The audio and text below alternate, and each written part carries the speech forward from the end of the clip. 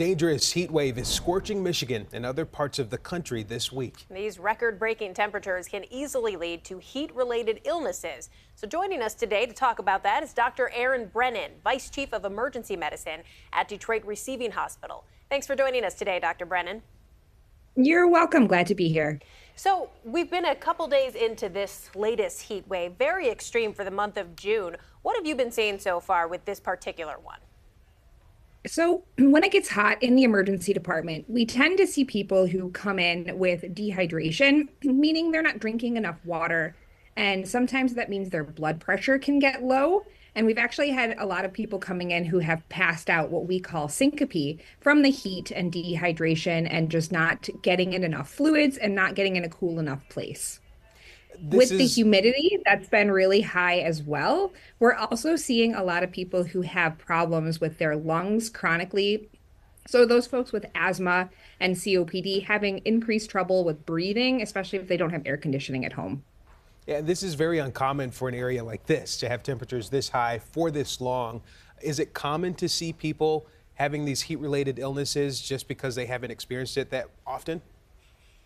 Yeah, so you mentioned before, right? This is pretty early in the season, and these have been pretty sustained high temperatures. And when we have big changes like that, our body has difficulty acclimating to the change. You know, if we lived somewhere where you're a little bit more used to these high temps and high humidity, we may not see the problems so substantially like we do here when the weather spikes into the high 90s with a high heat index like we have over the last several days.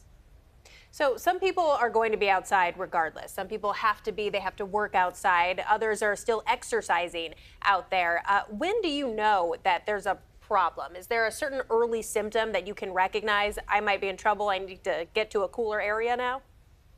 Sure. I think it's good to just pay attention to your body and listen to what your body is telling you in the heat and actually at any point in time. But in this high heat, we really want to pay attention to how much we're sweating. If you start to notice that you're no longer sweating where you had been before, that's a pretty good indication that you're becoming dehydrated and moving into a heat emergency and you need to get someplace cool quickly.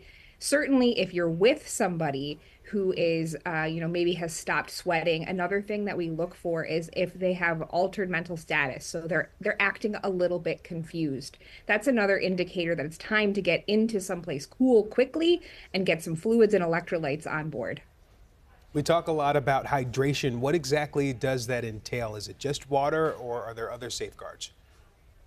Yeah, so hydration is more than just water, particularly if you're out working or exercising in the heat. When you're out in the heat, you sweat, and in your sweat, you lose electrolytes. Those are the molecules in our body that make our muscles, like our heart and our nervous system, work. So we want to be able to replace those. So those are sodium and potassium and magnesium are the ones that are really important. Those are the things in like an electrolyte drink that may have also some sugar in it as well, and it helps your body absorb some of those other nutrients and electrolytes that it needs. So water is fantastic. But if you're really doing a lot of sweating out in the heat, make sure you're getting in those electrolytes, the sodium, potassium in particular. So are there certain people that should be especially careful during heat like this? And then at the same time, is there a universal amount of time where you should be mindful of staying outside or how much water you should drink? Sure. Our elderly people are always more susceptible when we have temperature fluctuations in the heat or the cold, as are our little children. So, we always want to make sure that if we have elderly neighbors, somebody's going and checking on them. That being said, there's no absolute hard and fast number for only be outside for X number of minutes. It kind of depends on your underlying health and, the underlying ability to be out in the heat and tolerate how well you've hydrated before. There are people who can potentially go out and work out in this kind of condition. They're well hydrated, they're well trained, it's not a problem. But as somebody who's, maybe in their 80s, upper 90s, these are people who may have much more difficulty even in 10 or 15 minutes out in the heat. All right, important information to keep in mind. Dr. Erin Brennan, thank you. Thank you very much.